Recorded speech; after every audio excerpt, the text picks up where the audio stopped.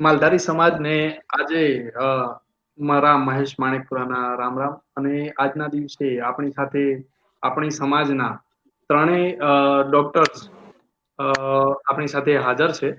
તો doctor રોનકભાઈ Desai, doctor Kinjalben Desai અને doctor વિશ્વાબેન Desai. સમાજના ત્રણેય નવયુવાન ડોક્ટર્સ આપણને વ્યસન મુક્તિ અંગે જાગૃતિ કાર્યક્રમમાં આપણી સાથે આજે જોડાઈ ગયા છે.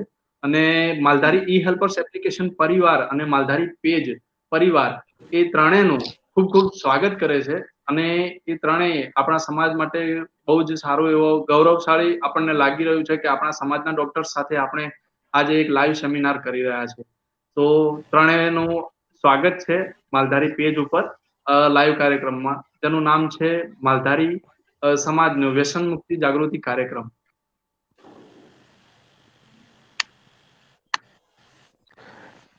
સર્વે માલધારી ભાઈ બંધુને પહેલા મારા જય વાડીનાથ, જય વડવાડા. આજે જે ટોપિક રાખ્યો છે વ્યસન મુક્તિ એ બહુ સરસ છે અને સમાજને ઉપયોગી છે. પહેલા મારું ઇન્ટ્રોડક્શન આપી દઉં. મારું નામ ડૉક્ટર રોનક દેસાઈ છે. હું ગામ મારું પુનાસણ છે અને હું મહેસાણામાં છેલ્લા 5 વર્ષથી ડેન્ટલ પ્રેક્ટિસ કરું છું. હવે પહેલા તો આ મોકો મળ્યો છે આપણને એમનો આભાર માનું મહેશભાઈ, પછી આપણા હેમરાજભાઈ અને ચેહરભાઈનો ખૂબ ખૂબ આભાર જે અમને આ પ્લેટફોર્મ આપ્યું છે સમાજને સંબોધન કરવાનું. અને વ્યસન મુક્તિ એ આપણા સમાજને ખાસું લાગુ પડે છે આમ જોવા જાય તો, બરાબર છે. હું હવે બીજા ડૉક્ટરનું ઇન્ટ્રોડક્શન કરવા માંગીશ કે એ લોકો બી એમનું ઇન્ટ્રોડક્શન આપે, પછી હું મારું કન્ટિન્યુ કરીશ. ડૉક્ટર કિંજલ. હા, સૌપ્રથમ તો આપણા આ જે કાર્યક્રમ છે એનું આયોજન બળદેવગીરી બાપુજીના શ્રદ્ધાંજલિ નિમિત્તે કરવામાં આવેલ છે. તો આપણે ફર્સ્ટ તો એ જ કે આપણે બળદેવગીરી બાપુને સ્વપ્ન હતું કે આપણું સમાજ શિક્ષિત તથા વ્યસન મુક્ત બને, એ માટે જ આ કાર્યક્રમનું આયોજન કરવામાં આવેલ છે. આ કાર્યક્રમના આયોજક એવા શ્રી હેમરાજભાઈ દેસાઈ અને શ્રી ચેહરભાઈ દેસાઈ નો હું ખૂબ આભાર માનું છું. હું ડોક્ટર કિંજલ દેસાઈ, દાંતના ડોક્ટર તથા પેઢાના રોગોના સારવારના સ્પેશિયાલિટી ધરાવું છું. હવે આગળ ડોક્ટર વિશ્વ પોતાનું ઇન્ટ્રોડક્શન આપશે. અહીંયા જોનારા બધા લોકોને સૌથી પહેલા મારું એક વોર્મ વેલકમ. એન્ડ મારે કહેવું છે કે મારું નામ વિશ્વા દેસાઈ છે અને હું ઇન્ટર્નશિપ કરું છું એએમસી ડેન્ટલ કોલેજ મણિનગરમાં. મારું ગામ કરશનપુરા, ચુવાડનું કરશનપુરા છે. અને મને એકવાર એમ જ આમ એવો વિચાર આવ્યો કે કેમ આપણે એવું કંઈક કરીએ કે જેનાથી આપણને સમાજને મદદરૂપ થઈએ અને બધા લોકોને એવું કંઈક એક જાગૃતિ ફેલાઈએ કે કેમ આ વ્યસન સારું નથી અને કેમ એ છોડવું જોઈએ. અને આ પ્રોગ્રામની પાછળ ચેહરભાઈ, હેમરાજભાઈ બધા લોકોએ એમનો બહુ જ ખૂબ ખૂબ ફાળો આપ્યો છે અને હું એમનો બહુ જ આભાર માનું છું કે એમને આ પ્રોગ્રામ કરવા માટે બહુ જ સપોર્ટ કર્યો છે.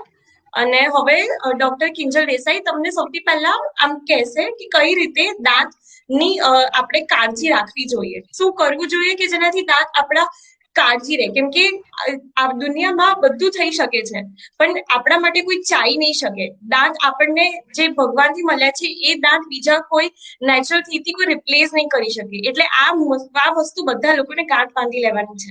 ડોક્ટર કિંજલ દેસાઈ, તમે સમજાવશો? ઓકે, સૌ પ્રથમ તો હું મારું ઇન્ટ્રોડક્શનના ભાગરૂપે મારા ગામનું નામ, મારું ગામ પિયર છે એ ટાકોદી છે અને મારા લગ્ન સુંડિયા ગામમાં થયા છે, બરોબર. અને સૌથી પહેલા તો હું વ્યસન માટે કેમ છોડવું જોઈએ એનું કહીશ. સૌ પ્રથમ તો એ છે કે વ્યસન છોડવું એ આપણી સૌની જવાબદારી એટલા માટે છે કારણ કે તે આપણા વ્યસનના લીધે કેન્સર જેવી બીમારી બી થઈ શકે છે. અને જો વ્યક્તિ દૃઢ સંકલ્પ તથા પ્રતિજ્ઞા કરે તો વ્યસન છોડી શકે છે. વ્યસન છોડવું એ અસંભવ નથી. અને મેઇન તો આપણા ખુદના કુટુંબ માટે બી આપણે આ કામ કરી શકીએ છીએ. અને હવે હું તમને આપણે દાંતની કાળજી કઈ રીતે રાખવી એના વિશે હું તમને જણાવીશ. દરેક રોગની શરૂઆત મોઢાથી થાય છે. કેમ કે મોઢું જે એ જગ્યા છે કે જ્યાંથી આપણે ખોરાક ગ્રહણ કરીએ છીએ અને બીજા બધા જીવાણુઓ આપણા શરીરમાં પ્રવેશ લઈ શકે છે. આપણે ડાયાબિટીસ, બીપી, હૃદયના રોગો જેવા રોગોનું બી મુખ્ય કારણ આપણે દાંતની કાળજી ના રાખીએ એ બની શકે છે. જો આપણે દાંતની પૂરતી કાળજી રાખીએ તો ડાયાબિટીસ જેવા બીમારી પર બી આપણે નિયંત્રણ લાવી શકીએ છીએ. અને દાંતની કાળજી રાખવી એ આપણી મહત્વપૂર્ણ જવાબદારી છે. દાંતની કાળજી રાખવા માટે સૌ પ્રથમ તો આપણે 2 વખત બ્રશ કરવું જોઈએ. સવારે તથા રાત્રે સૂતા પહેલા આપણે 2 વખત બ્રશ કરવું જોઈએ. ત્યારબાદ આપણે યોગ્ય રીતે બ્રશ કરવું એ બી ખૂબ જરૂરી છે. બ્રશ કરતી વખતે ધ્યાન રાખવું જોઈએ કે આપણું બ્રશ નરમ હોવું જોઈએ, વધારે દબાણથી નહીં, એટલે કે હલકા હાથે. આપણું બ્રશ દાંતની આગળ પાછળ બધી જ જગ્યાએ ફરે એવી રીતે બ્રશ કરવું જોઈએ. અને આપણું જે ટૂથબ્રશ છે એ નરમ હોવું જોઈએ તથા દર 3 મહિને આપણે એ ટૂથબ્રશને બદલતું રહેવું જોઈએ. ઘસાઈ ગયેલું ટૂથબ્રશ વાપરવાથી આપણા દાંત વધારે જ ઘસાવાના છે અને દાંતની ચોખ્ખાઈ બી રહેશે નહીં. એટલા માટે દર 3 મહિને ટૂથબ્રશ બદલવું જોઈએ. તથા દાંતની કાળજી રાખવા માટે દર 6 મહિને આપણે આપણા ડેન્ટિસ્ટ જોડે જવું જોઈએ. આપણા દાંતના ડોક્ટર જોડે જઈને દાંતની સફાઈ કરાવવી જોઈએ, જેથી આપણા જે મોઢામાં જે જીવાણુ રહેલા છે તથા જે સારી જામી છે એ દૂર થાય. તેથી આપણા જે જીવાણુ કે મોઢામાંથી શરીરની અંદર ના પ્રવેશે. એટલા માટે દર 3 મહિને કે 6 મહિને તમારા જે ડેન્ટિસ્ટ છે નજીકના એમની જોડે જઈને દાંતની સફાઈ કરાવવી જોઈએ. દાંતનું તમે આટલું જ ધ્યાન રાખશો, 2 વખત બ્રશ કરું તથા દર 6 મહિને તમારા ડેન્ટિસ્ટને બતાવું, એટલું ઇનફ છે દાંતની કાળજી રાખવા માટે. હવે આગળ વ્યસન મુક્તિ અને વ્યસનના લીધે કયા રોગ થાય છે એના વિશેની જાણકારી ડોક્ટર રોનક તથા ડોક્ટર વિશ્વ દેસાઈ તમને આપશે. મને સાંભળવા માટે ખૂબ ખૂબ આભાર તમારો. હવે વ્યસન મુક્તિની આપણે અભિયાન રાખ્યું છે તો માલધારી સમાજમાં વ્યસન અત્યારે હાલ બહુ જ બીજી રીતે પ્રસરી રહ્યું છે. સિગરેટ ને બીડી, તમાકુ, ગુટકા એ તો ઓલરેડી હવે કહેવાય ને આપણે કોઈ ફંક્શન હોય તો થાળીમાં લઈને ફરતા જોઈએ છે, પણ આપણે એ વસ્તુ બંધ કરાવવાની છે પહેલા તો પ્રથા. અને જે વ્યસન કરતું હોય માણસ એ એના પરિવારને પ્રેમ કરતો જ નથી પહેલી વસ્તુ, કારણ કે વ્યસન કરે છે તો એનો મતલબ એ છે કે એનું બાળક બી વ્યસન કરવાનું જ છે. કારણ કે એ વ્યસન કરશે એટલે બાળક જોશે એટલે બાળકને કશું કઈ ભવિષ્યમાં બાળક મોટું થશે અને એ વ્યસન કરશે તે કશું કહી બી નહીં શકે. તો બેટર છે કે વ્યસનને આપણે ક્વિટ કરીએ. બરાબર છે. હવે વ્યસનથી આપણને મોઢામાં કેન્સરનું અત્યારે બહુ ભય છે. આજે અમારા પેશન્ટ કહેવાય ને કે 50% પેશન્ટ તો કેન્સરના બીકથી જ આવે છે કે સાહેબ કઈ કેન્સર તો નથી ને, તો પહેલા તું વ્યસન જ કેમ કરે છે પહેલા તો. બરાબર છે. જ્યારે વ્યસન આવીને સીધું પહેલા એ બતાવશે કે મોઢામાં સામાન્ય ચાદુ પડ્યું હશે ને તેને ગભરાટ થઈ જાય છે. તે ગભરાટ શા માટે? કારણ કે વ્યસન કરે છે ત્યારે કેન્સર થાય છે. અને 100માંથી 5 કે 10 લોકો હશે જે વ્યસન નહીં કરતા એમને કેન્સર થતું હશે. 90% પબ્લિક વ્યસનથી જ કેન્સર થાય છે. હવે જે માણસ અંદર આપણે મોઢું ઓછું ખુલવું, બરાબર છે, ચામડી આપણે ગાલની ચામડી ટાઈટ થાય છે, એ કેમ થાય છે? બીકોઝ એ સોપારી, ચૂનો, કાથો એ બધું ખાઓ એટલે શું થાય કે ચામડી ટાઈટ થાય, એને પ્રી કેન્સરસ લીઝન કહેવાય, જેમાં આપણે એને અમારી લેંગ્વેજમાં સબમ્યુકસ ફાઇબ્રોસિસ કહેવાય છે અને લ્યુકોપ્લેકિયા બી, એ બધું પ્રી કેન્સરસ છે. એના પછી સ્ટેજ આવે છે કેન્સર. ભગવાન ઓલરેડી 2 વખત વોર્નિંગ આપી દે છે તમને, તો એ આપણે સુધારવાનું નામ નથી. તો એ આપણે ખાવો છે, માવો ખાવો છે, મસાલો ખાવો છે અને એમાં મજા રહેવી છે. બીજી વસ્તુ, તમે તમારા ફેમિલી સામે જુઓ, તમારી ફાઇનાન્શિયલ કન્ડિશન જુઓ, એટલા પૈસામાં તમે વ્યસન કરો, મતલબ જે બી પૈસા સ્પેન્ડ કરો છો એમાં મસાલો ખાઓ, એમાં કેટલું કેલ્ક્યુલેટ કરશો તો એના કરતા પછી એ તો ખર્ચો કરો છો પણ પછી કેન્સર ઓપરેટ આવે ને એટલે પછી એનો ડબલ ખર્ચો થઈ જાય બીજો. અને પછી સોશિયલી બી તમારું મોઢું કેટલું ગંદુ દેખાય એ તમે આજુબાજુ જોતા જશો કે એને કેટલું ગંદુ ફીલ થાય છે જ્યારે ઓપરેટ થઈને જ્યારે આવે છે ત્યારે મોઢું બહુ ખરાબ દેખાય છે. રહી વાત દારૂની વાત છે, હવે તો દારૂ વસ્તુ એવી છે કે શરીરમાં બધું ડેમેજ કરે, એ કશું છોડતું નથી. આપણે એમ કે ભાઈ સિગરેટથી કેન્સર, દારૂ લીવર ડેમેજ કરે છે. એટલે બેટર છે કે વ્યસન છોડવું સારું છે. વ્યસન રાખીને તમે કઈ આગળ આવવાના નથી. અને શોખથી માવો મસળીને ખાવાનું એ મજાની વાત નથી. સિગરેટો, આજના યુવાનો તો ટોટલી અત્યારે સિગરેટ કહો કે પછી મસાલો કહો એના પ્રેમી છે. અમે ખાવાનું ના આપો પણ અમે મસાલો તો ખાઈશું, આવા કહેવાવાળા ઘણા લોકો છે. અને ઘણા ઘરમાં કકરાટ બી છે મારી તો સમાજને એક જ કહેવું છે કે જે ઘરમાં વ્યસન થતું ને એ ઘરે છોકરી આપશો જ નહીં, એટલે ઓટોમેટિક બધું છૂટી જશે. એના ઘરે તમે છોકરી આપો તો છોકરી દુઃખી જ થવાની છે ભવિષ્યમાં, કારણ કે વ્યસન કરતો માણસ કઈ એટલું કઈ આગળ વધવાનો નથી. અને કેવું છે કે ઓરલ કેન્સર વાળી વસ્તુ એવી છે ને કે જ્યારે એને શેક લેવા પડે એ કર્યું કે અમે તો 50 વર્ષે હવે કેન્સર થાય તો વાંધો નહીં, પણ એવું ના હોય. પાછળ તારે જોવું પડે, ફેમિલીમાં છોકરા મોટા કરવાના, છોકરાને પરણાવવાના, પણ એ એમની એવી પડી હોતી નથી. હવે ઓરલ કેન્સરમાં બહુ સ્ટેજ હોય છે. પહેલા તમને મોઢામાં ખાતા હોય ત્યારે વ્યવસ્થિત અંદર જાય નહીં ખાવાનો ખોરાક, અને ચાંદુ સામાન્ય પડે. અને કેન્સરનું ચાંદુ એવું છે ને કે પેનલેસ છે, તમને ખબર નહીં પડે, એકદમ વધશે ને પછી પેનફુલ થશે. એટલે અલ્સરેશન થતા ખબર નહીં પડે, અલ્સર થઈ ગયા પછી મોટું થશે ને અંદર ઇન્વોલ્વમેન્ટ થશે ને ત્યારે થોડું પેન થશે. એટલે જેમ ડોક્ટર કિંજલે કીધું કે રેગ્યુલર ડેન્ટલ ચેકઅપ જરૂરી છે એવરી 6 મંથ, એ બહુ સાચી વાત છે કે every 6 month you have to visit, કે તમારે ડેન્ટલને બતાવવું જ જોઈએ કે ભાઈ અંદર કોઈ એવું રીઝન, જે મસાલા ખાતા એની વાત છે. જે નોર્મલ પબ્લિક માટે તો એમને રૂટીન આવે જ છે, એમને તો ખબર જ છે કે ભાઈ મારે ક્લિનિંગ કરાવવું જરૂરી છે, કે મારે ભાઈ અહીંયા સડો થયો છે અહીં સાફ કરવું જ પડે. અને અમારી ફિલ્ડ કેવી છે કે માણસ ગભરાય ના ને ત્યાં સુધી આવે નહીં. માણસને એમ થાય ને કે ચાલુ આ થયું છે મને હવે જવું જ પડશે, ના છૂટી, કારણ કે ભગવાને 32 દાંત આપ્યા. તકલીફ ત્યાં છે, ભગવાને હાર્ટની જેમ 3-4 દાંત આપ્યા હોત ને તો સાચી સાચી પંપાડે તેને, પણ હવે વસ્તુ એ થઈ છે ભગવાને 32 આપ્યા, પ્રોબ્લેમ ત્યાં છે. એટલે ભગવાન શું કે ભાઈ 32 આપ્યા છે તારે તું નિગ્લેક્ટ કર, વાંધો નહીં, પણ એ અંદાજે પછી કંઈક ને કંઈક થતું જ હોય છે પ્રોબ્લેમ, બરાબર છે. એટલે મારું એટલું જ કહેવું છે કે વ્યસન છોડો તો તમારું ફેમિલી બી સુખી રહે, સમાજમાં તમારું નામ બી થાય.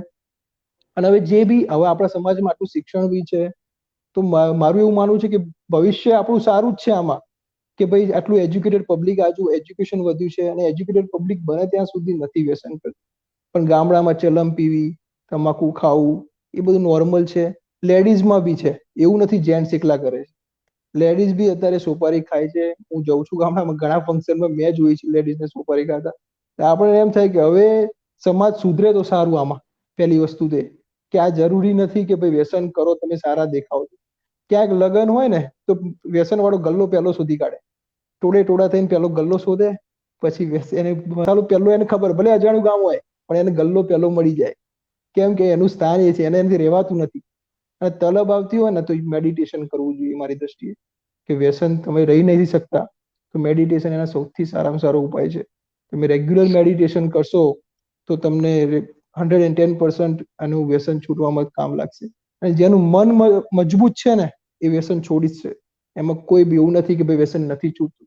ઘણા લોકોની કમ્પ્લેન હોય છે કે મને આ ના કરું ને તો આ ના થાય, આ કરું ને તો ના થાય. એ બધા તમારા બધા બાના છે, બાકી વ્યસન છૂટે જ, બરાબર છે. હવે આ મારી વસ્તુ મેં કીધી કારણ કે ડેન્ટલ રિલેટેડ છે, કે મોઢામાં ચાદા પડે આ બધું. અને અમુક ટાઈમે તમારે જે વ્યસન કરતા હોય ને એમને કહું આજથી છોડી દેજો. અને ઘણા બધા ઉપાય છે, ઘણા રીહેબ છે, જે તમે જઈને ત્યાં આગળ રહેશો 2 or 3 months રહેશો તો તમને ત્યાં છોડી દેશે. પછી એક નિકોટેક્સ કરીને ચિંગમ બી આવે છે, જે તમને તલબ લાગે તો ચિંગમ બી ચાવી શકો છો. જરૂરી નથી કે એના માટે તમારે સિગરેટ જ પીવી પડે કે માવો જ ખાવો પડે. ઘણા બધા ઉપાય છે, જેને છોડવું છે ને એ આરામથી છોડી શકે છે. એટલે આ વસ્તુ કેવી છે કે છૂટે જ 110% છૂટે, અને એનું તમને પરિણામ બી ભવિષ્યમાં સારું મળે. અને હું કરું છું માલધારી સમાજના યુવાન બંધુને કહું છું કે મહેરબાની કરીને વ્યસનથી દૂર રહો, તો સમાજ આગળ જાય, આપણી આવનારી પેઢી બી સુધરે અને બહુ આપણું ભવિષ્ય ઉજ્જવળ રહે. અને આ સાથે હું પૂરું કરીને આભાર કહું છું. ડોક્ટર વિશ્વાને કહું છું કન્ટિન્યુ કરે.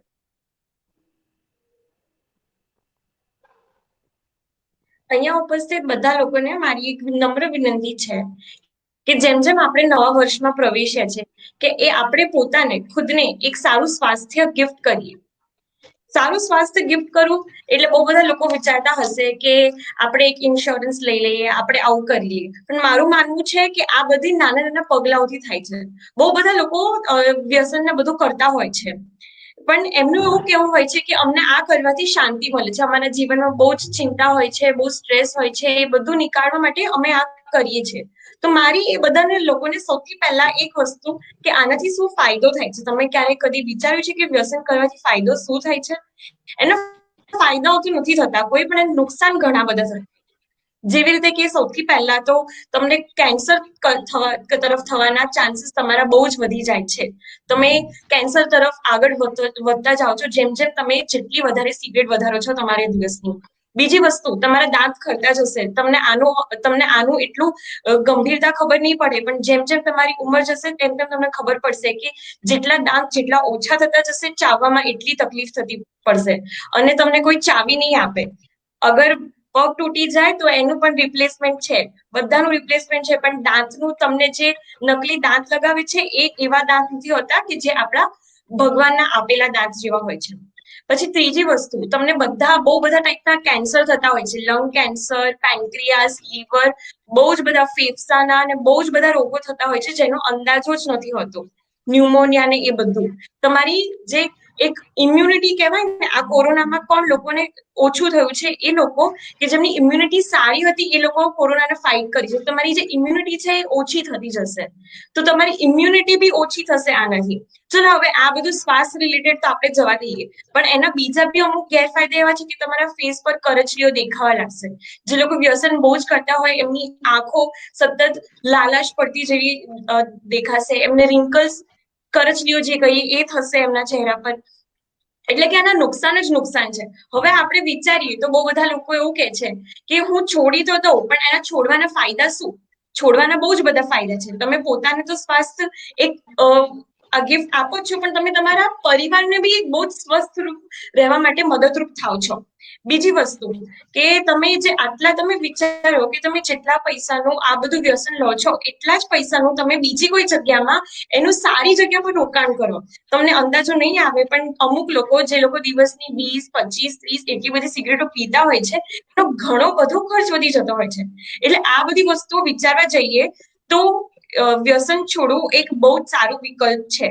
હવે સૌથી પહેલા બહુ બધા લોકો એવું માનતા હોય છે કે આ વ્યસન છૂટતું જ નથી, નિકોટિન તો કઈ છૂટતું જ નથી, એનું એડિક્શન થઈ જાય એટલે એ બહુ જ લોંગ લાસ્ટિંગ એડિક્શન હોય છે, એનાથી આપણે નથી છૂટી શકતા. પણ આ માન્યતા એકદમ તદ્દન ખોટી છે.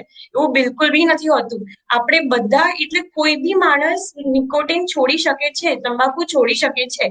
બસ એના માટે જરૂરી છે પોતાની એક સ્ટ્રોંગ વિલ પાવર, એક મનોબળ જોઈએ આપણને કે હા, મક્કમતા સાથે કે મારે આ કરવાનું જ છે. આને એક ચેલેન્જ તરીકે લઈ લો કે હું કેમ ના કરી શકું. એક ડેટ, સૌથી પહેલા એક ડેટ ફિક્સ કરો કે મારે છોડવાનું છે આ તારીખે. એના જેવી રીતે જેમ જેમ દિવસ આવે, 5મો દિવસ બાકી હોય તો તેમ તેમ થોડીક સિગરેટો ઓછી કરતા જાઓ. પછી તમારા ફ્રેન્ડ્સ, તમારા ફેમિલી, તમારા પરિવારજનો બધા લોકોને બોલો કે હું આ તારીખથી સિગરેટ છોડીશ. એટલે તમને ખુદને બી થશે કે ના, મારે આ તારીખથી છોડવાનું છે, એટલે મારા પરિવારજનો પર બી આમ તરફથી તમને સપોર્ટ મળશે. ત્રીજી વસ્તુ કે એવા ભાઈબંધોનું સાચેમાં જ એમને મળવાનું ટાળો કે જે લોકો વ્યસન કરતા હોય. કેમ કે જો અગર એ તમારું સાચું ભાઈબંધ છે ને, તો એ તમને વ્યસન છોડવા માટે કહેશે, ના કે એને કરવા માટે. તો એવી સંગત જ ઓછી કરી દો. ચોથી વસ્તુ કે તમને અમુક એવો પીરિયડ હોય જેને અમે લોકો ક્રેવિંગ્સ કહીએ, કે જે બહુ તલપ લાગે કે મારે કરવું છે એમ. તો એ જે ટાઈમ છે ને, 5-10 મિનિટો, અગર તમે એ ટાઈમમાં તમે બીજું કંઈ કરી લો ને એટલે તમે છોડી શકો છો. હવે એ ટાઈમમાં શું કરવું? એ ટાઈમમાં તમે બીજું કંઈક ખાઈ શકો, વધારે પાણી પીઓ, કોઈની સાથે વાતો કરો, તમને મનગમતા પરિવારજનો, ફ્રેન્ડ સાથે તમે વાતો કરો, તમે ચાલવા નીકળી જાઓ, તમે ફોન પર વાતો કરો, કઈ ટીવી જુઓ, કઈ બી કરો. અગર હાથમાં તમને આમ તલપ લાગે છે તો હાથમાં સ્પંજ બોલ કરીને આમ કરો, કઈ બી કરી શકો. એ 5-10 મિનિટમાં તમે ખાલી સિગરેટ થી દૂર રહો. તમારા ફોનના વોલપેપર પર એક એવું વોલપેપર મૂકી દો કે હું આજથી તંબાકુ નહીં લઉં, હું હવે તંબાકુ છોડીશ. તમારું મક્કમ, તમે જેટલી વાર જોશો ને તમને એવું થશે કે ના, મારે છોડવું છે. પછી બીજું તમે એવું કરી શકો કે જ્યારે તમે જે આજે તમારો ટાઈમ હોય ને, તમે એક્સરસાઇઝ કરો. એક્સરસાઇઝ એટલા માટે, શ્વાસ ને બધું તો સારું છે જ, પણ તમે જેટલું એક્સરસાઇઝ કરશો ને, તમારું બોડીમાંથી પરસેવો નીકળશે, તમારા બોડીમાંથી નિકોટીન નીકળશે, તમારા બોડીમાંથી ડિટોક્સ થશે, તમારું બોડી આખું ચોખ્ખું પ્યોરિફાઈ થશે. તો જેમ જેમ તમે આ કરશો ને, મારું માનો સાચે આ એક બહુ આસાન છે, બહુ ઇઝીલી તમે કરી શકો છો. એવું કઈ મુશ્કેલ તો છે જ નહીં કે કોઈ કરી નથી શકતું. વધારેમાં વધારે વિટામિન સી લો બોડીમાં, કેમ કે નિકોટીનના કારણે તમારા બોડીના વિટામિનના અપટેક ઓછા થઈ જાય, એટલે કે તમારું બોડી વિટામિન્સ લેવાનું જ ઓછું કરી દે છે. તો સૌથી પહેલા વિટામિન સી, આમળા છે, લીંબુનો શરબત છે, આ બધું વધારે લો, પાણી વધારે લો. પછી તમે એવું આમ મગજને શાંત કરો. અમુક લોકો એવું કહેતા હોય છે કે અમે સિગરેટ, તંબાકુ આ બધું એટલા માટે લઈએ છીએ કે અમને બહુ જ મગજ પર બહુ ભાર હોય છે, બહુ લોડ હોય છે, બહુ અમે ચિંતા હોય છે, તો ચિંતા મુક્ત બની જાઓ. કે કેટલા બધા મેડિટેશન પ્રોગ્રામ્સ હોય, તમે એ બધું જોઈન કરી શકો છો. તમે એ સારું એક નવી સંગત બનાવી શકો છો, તમે એક નવી શરૂઆત કરી શકો છો તમારા જીવનની. આ અમુક અમુક નાની નાની વસ્તુઓ તમને એવું લાગશે કે આ હું ખાલી બોલી રહી છું, પણ ના, સાચેમાં એકવાર અમલમાં મૂકી જોજો. ખાલી 3 મહિના અગર તમે આ બધા વ્યસનથી દૂર રહેશો ને, તો મારું માનો સાચેમાં તમારા બોડીમાં એક બહુ જ ફરક દેખાવા લાગશે તમને. ખાલી 24 કલાકની અંદર તમારી હાર્ટબીટ જે કહેવાય ને નોર્મલ થતી જશે, તમારું ઓક્સિજન લેવલ વધતું જશે. ખાલી 24 કલાકમાં. જસ્ટ ઇમેજિન કે 24 કલાકમાં તમારું શરીર આટલું સરસ રિસ્પોન્સ આપી શકે, તો કે તમે 3 મહિના દૂર રહેશો તો કેટલું, પછી તમે 6 મહિના, એમને એમ ટાઈમ વધારતા જાઓ. અગર તમને જરૂર લાગે તો ડેન્ટિસ્ટ પાસે જાઓ, ડેન્ટિસ્ટને વિઝિટ કરો. પણ આ એક વાર આને ટ્રાય કરી જો. હવે ઘણા બધા લોકો એવું વિચારતા હોય છે કે અમે ટ્રાય કર્યું છે આવું છોડવાનું, પણ છૂટતું નથી. એને કહેવાય રિલેક્સ, એટલે કે પાછું ને પાછું એના ઉપર જ આવું. તો હવે આ રિલેક્સ થી આપણે કઈ રીતે કરી શકીએ? તો એના માટે એવું કરવું, અમુક લોકો 20-25 સિગરેટ પીતા હોય છે દિવસની, એ લોકો એકદમથી બંધ કરી દે તો અંદરની તલબ તો લાગવાની જ છે. તો એના માટે તમારે દિવસે એક, આજે એક ઓછી કરી, કાલે બીજી એક ઓછી કરી, 2, 3, 4 એવી રીતે ઘટાડતા જાઓ. ધીરે ધીરે ઘટાડશો તો તમે એક પગલું આગળ વધતા જશો. તો બસ મારું એવું માનવું છે કે આ બધી નાની નાની વસ્તુઓ એકવાર કરો, તમારા શરીરને સ્વસ્થ બનાવો. કેમ કે સ્વસ્થ શરીર, સ્વસ્થ મન, તો તમે સૌથી વધારે સુખી રહેશો. અને તમે સુખી હશો તો તમારા પરિવારજનો સુખી હશે. બાકી તમને શું લાગે છે, તમે જે આ સિગરેટ ને તંબાકુ, કે અમુક લોકો એવું કહેતા હોય છે કે સિગરેટ તો નથી સારી, પણ આજે માવા, પાન મસાલો, મિશ્રી બધું હોય છે ને, એ બધું તો બેન ચાલે. પણ આવું કશું જ નથી હોતું. આ બધું જ ખાવાથી ઓરલ કેન્સર થવાના ચાન્સીસ વધતા જ હોય છે. દુનિયામાં 30 લાખ લોકો રોજ, જે પર યર એટલે કે દર વર્ષે 30 લાખ લોકોનું મૃત્યુ થાય છે ખાલી ને ખાલી આ બધાથી. તો એકવાર આને વિચારી જોજો, પછી કહેજો કે કેવું લાગ્યું. પણ જેને ધન્યવાદ આપનો. કરવું છે, જેને કરવું છે એને કરશે જ. મારા 3 કહેવાથી કઈ થવાનું નથી, પણ તમારા મન મક્કમ હશે ને તો 110% થશે. અને અમારે ખરેખર આપણા સમાજમાં આ જરૂરી છે, તો આટલું કરો, બરાબર છે. અને હવે અહીંયા અમે 3 જણા આટલું તમને સંબોધન કર્યું, અને મને એવું લાગે છે કે થોડી ઘણી તો અસર થશે જ. અને તમને મનમાં તો થશે કે સારું કાલથી છોડી દઉં. અને એ કીધું ને ડોક્ટર વિશ્વાએ કે વોલપેપર રાખો, એ બહુ બેસ્ટ આઈડિયા છે. તો એને વોલપેપર કરી અને કાલથી ચાલુ કરો, બરાબર છે. અહીંયા અમારું સંબોધન અમે 3 પૂરું કરીએ છીએ. ખૂબ ખૂબ આભાર આપ સબનો અમને સાંભળવા માટે.